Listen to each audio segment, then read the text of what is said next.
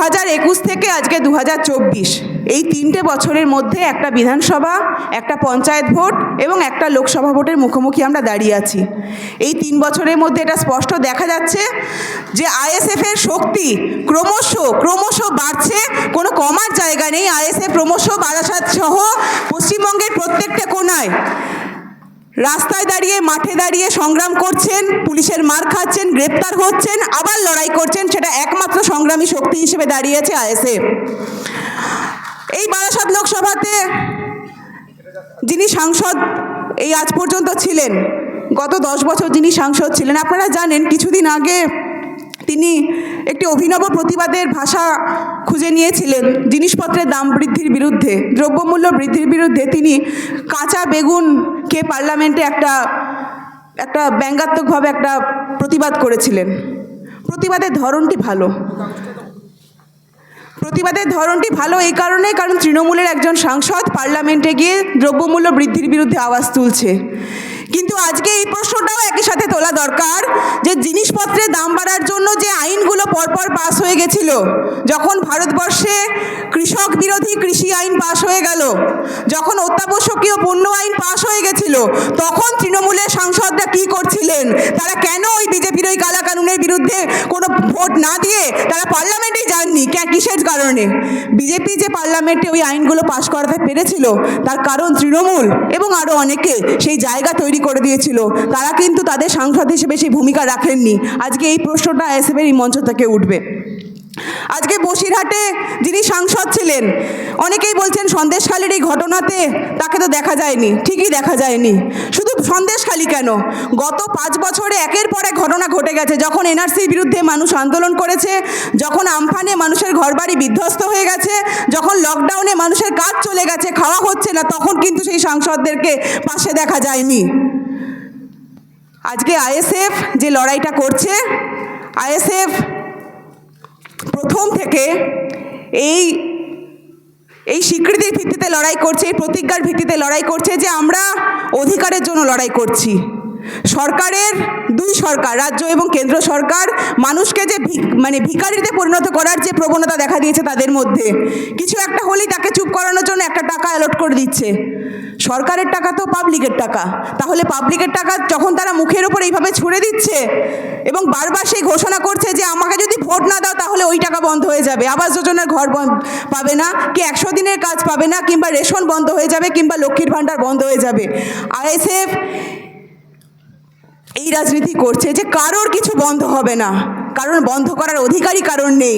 সরকার সাধারণ মানুষের, সরকার পরিচালনায় সাধারণ মানুষের নেতৃত্বে হবে এবং আইএসএফ সেই লড়াইটাই করছে যেখানে মানুষকে তার অধিকারের দৃষ্টিভঙ্গিতে দেখা হবে, তার অধিকারের লড়াইয়ের শরিক হিসেবে দেখা হবে, ভিক্ষার লড়াইয়ে নয়।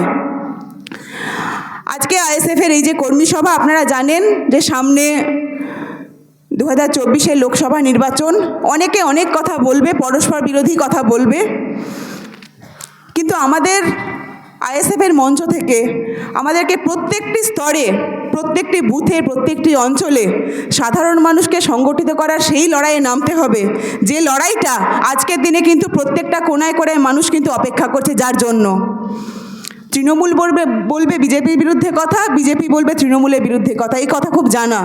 কিন্তু আইএসএফ আমরা কি বলবো? আইএসএফ হিসেবে আমরা যদি মানুষের অধিকারের কথা বলতে চাই তাহলে অটোমেটিক যে কথা আসবে সেটা তৃণমূল এবং বিজেপি দুই সরকারের বিরুদ্ধেই আসবে। কারণ আমরা খুব ভালো করে জানি পশ্চিমবঙ্গের তৃণমূলের যে অগণতান্ত্রিক চেহারা, পশ্চিমবঙ্গের তৃণমূলের যে স্বৈরতান্ত্রিক চেহারা, সেইটাই পশ্চিমবঙ্গে বিজেপিকে জায়গা করে দিয়েছে। যদি সেটা না থাকতো তাহলে আজকে বিজেপির মতো সাম্প্রদায়িক শক্তির জায়গা এখানে থাকতো না। 2019 সালে বিজেপি যা ভোট পেয়েছে আর 2014 সালে বিজেপি যা ভোট পেয়েছে, এই বারাসাত লোকসভায় তার কোনো তুলনা হয়? 2014-তে বিজেপি খুব সামান্য কিছু ভোট পেয়েছিল, তারপরে 2019-এ এত বাড়লো কী করে?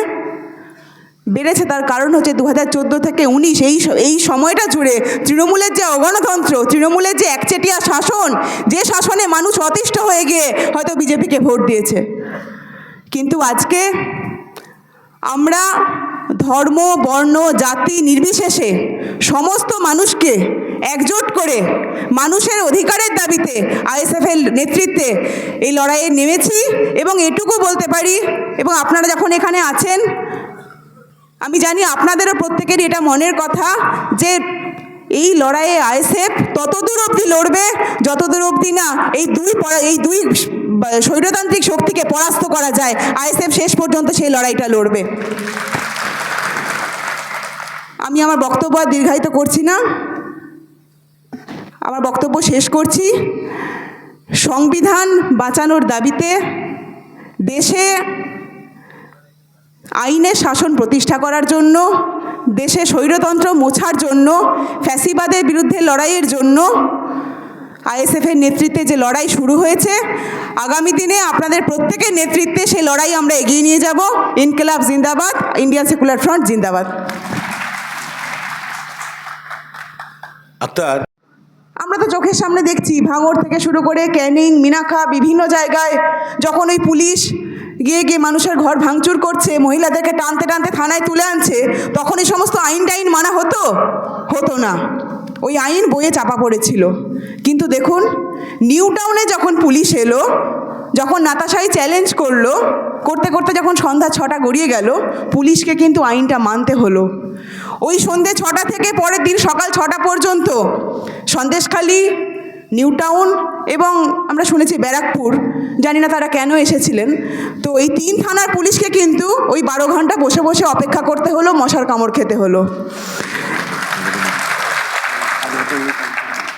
এই যে বিষয়টা, এবং এই পুলিশের এই অ্যাকশনটার মাধ্যমেই সবাই জেনে গেলেন কিন্তু যে পুলিশ কেন বসে আছে, জেনে গেলেন যে আইনে লেখা আছে 6টার পরে অ্যারেস্ট করা যায় না, তাই পুলিশকে বসে থাকতে হয়েছে। অর্থাৎ পুলিশের ওই ভূমিকাটা, পুলিশের ওই হঠাৎ করে বাড়িতে হানা দেওয়ার যে স্টেপটা, এই যে নেগেটিভ কাজটা করলো তার ফলে কিন্তু একটা পজিটিভ সাইড হলো। যারা সোশ্যাল মিডিয়া বা মিডিয়া ফলো করছেন তারা জেনে গেলেন যে পুলিশ 6টার পরে মহিলাদেরকে অ্যারেস্ট করতে পারে না। আমার বিশ্বাস আগামী দিনে আইএসএফ হোক কি অন্যান্য যে কোনো বিরোধী শক্তির বাড়িতে মহিলাদেরকে যদি অ্যাটাক করতে যায়, তাহলে প্রথম পুলিশকে ওই কথাটা একবার শুনতে হবে যে 6টার পরে এসছেন কেন, ফিরে যান। দ্বিতীয় কি, অ্যারেস্ট করার সময় ওই যে অ্যারেস্ট মেমো নেই, অ্যারেস্ট ওয়ারেন্ট নেই, কোনো সার্চ ওয়ারেন্ট নেই, পুলিশ ঢুকতে পারে না, এও তো আমরা জানি ঢুকতে পারে না। কিন্তু বাস্তবে পুলিশকে এগুলো খুব কম প্রশ্নের মুখোমুখি হতে হয়। কিন্তু যখন নাতাশা ওই চ্যালেঞ্জটা করলো, সেখানে পুলিশ কিন্তু কোনো উত্তর দিতে পারলেন না। 12 ঘন্টা 15 ঘন্টা ধরে তারা অপেক্ষা করে গেলেন। তারা এটা স্বীকার করতে বাধ্য হলেন যে তারা কোনো কাগজ ছাড়া লোকের বাড়ি ঢুকতে এসেছিল, এবং তাই তাদেরকে ওই 15 ঘন্টা বসে থাকতে হয়েছে, কারণ তারা বেআইনি কাজটা করছিল, আমরা নই। 15 ঘন্টা পেরোনোর পর তারা এলেন, গ্রেপ্তার করলেন। বাকিটা আপনারা প্রত্যেকেই জানেন যে কোর্টে আর কিছু বলার ছিল না, কোর্ট জামিন দিয়ে দিল। আমি এই ঘটনার বিস্তারিততে যাব না। আজকে এই যে আলোচনা, আজকে বারাসাত লোকসভা কেন্দ্রের সাংগঠনিক আলোচনা, কর্মী সভা, আগামী লোকসভা নির্বাচনে আমাদের কি কাজ থাকবে, আমরা কিসের ভিত্তিতে এগোবো, সেই দায়িত্ব নিয়ে আজকে আলোচনা। তো প্রথমেই যেটা বলবো, এর আগে আমার পূর্ববর্তী বক্তারা বলেছেন যে এটা বোঝা